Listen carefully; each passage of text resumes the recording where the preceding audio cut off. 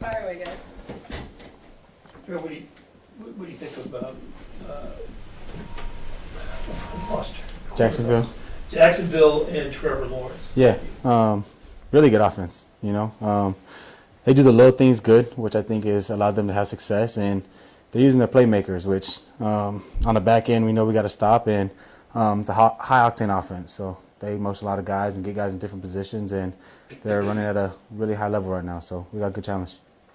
How about what Travis Hunter's doing or trying to do as playing offense and defense? You ever been tempted to play offense? Or? No. I've messed around a little bit with Coach Nagy, but I don't think Spags would ever let me do that. So I'm not even going to let that even become a thought. Talk about without giving anything away, the difference between playing outside and playing inside. Yeah. Outside, I feel like, they always talk about that island, a little bit more man-to-man, a little more going against the extra receiver.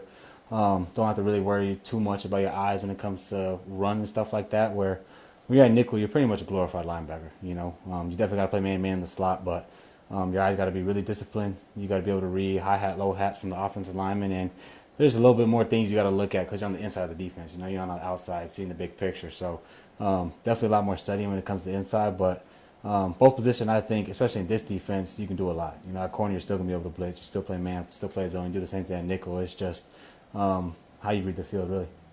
Can you talk about Noel Williams and how he's allowed you to do more? Yeah. I love this defense. I feel like Veach and the guys always bring in a lot of DBs who are athletic, who are gifted, and Noel's one of those guys who's really smart. Coming as a rookie, he's picking up this defense really well. He's disciplined, and he's out there making plays, which is the biggest thing. You see his confidence is rising, and Coach Spags just trusts him a little bit more. And on my end, that allows me to do a little bit more things. I can go on inside, go on outside, and it allows us to just change up the looks, change up the personnel so that the offense just doesn't know what we're always in. If it's raining and horrible weather on a grass field, does that help the offense or defense? I think that's an advantage defense. We love it when it's bad weather, when the receivers can't get out of their breaks, fast enough, and O-linemen kind of have to play on a little more even surface. But whatever it is, rain, shine, snow, we're ready to go. Trent, from your perspective, what's kind of led to the uptick in turnovers, forcing a pair in each of the last two games? Yeah, I think guys are just playing together, When you look at the turnovers, it's guys being in the right position, guys doing their job, and overall just hustling. You look at Leo, right place, right time, playing man-to-man, great eyes. You look at some of the DBs just on the back end staying deep. Safeties are getting picks, and you look at J. Watt going against the man-to-man, single coverage. So it's really just guys out there doing their job at a high level.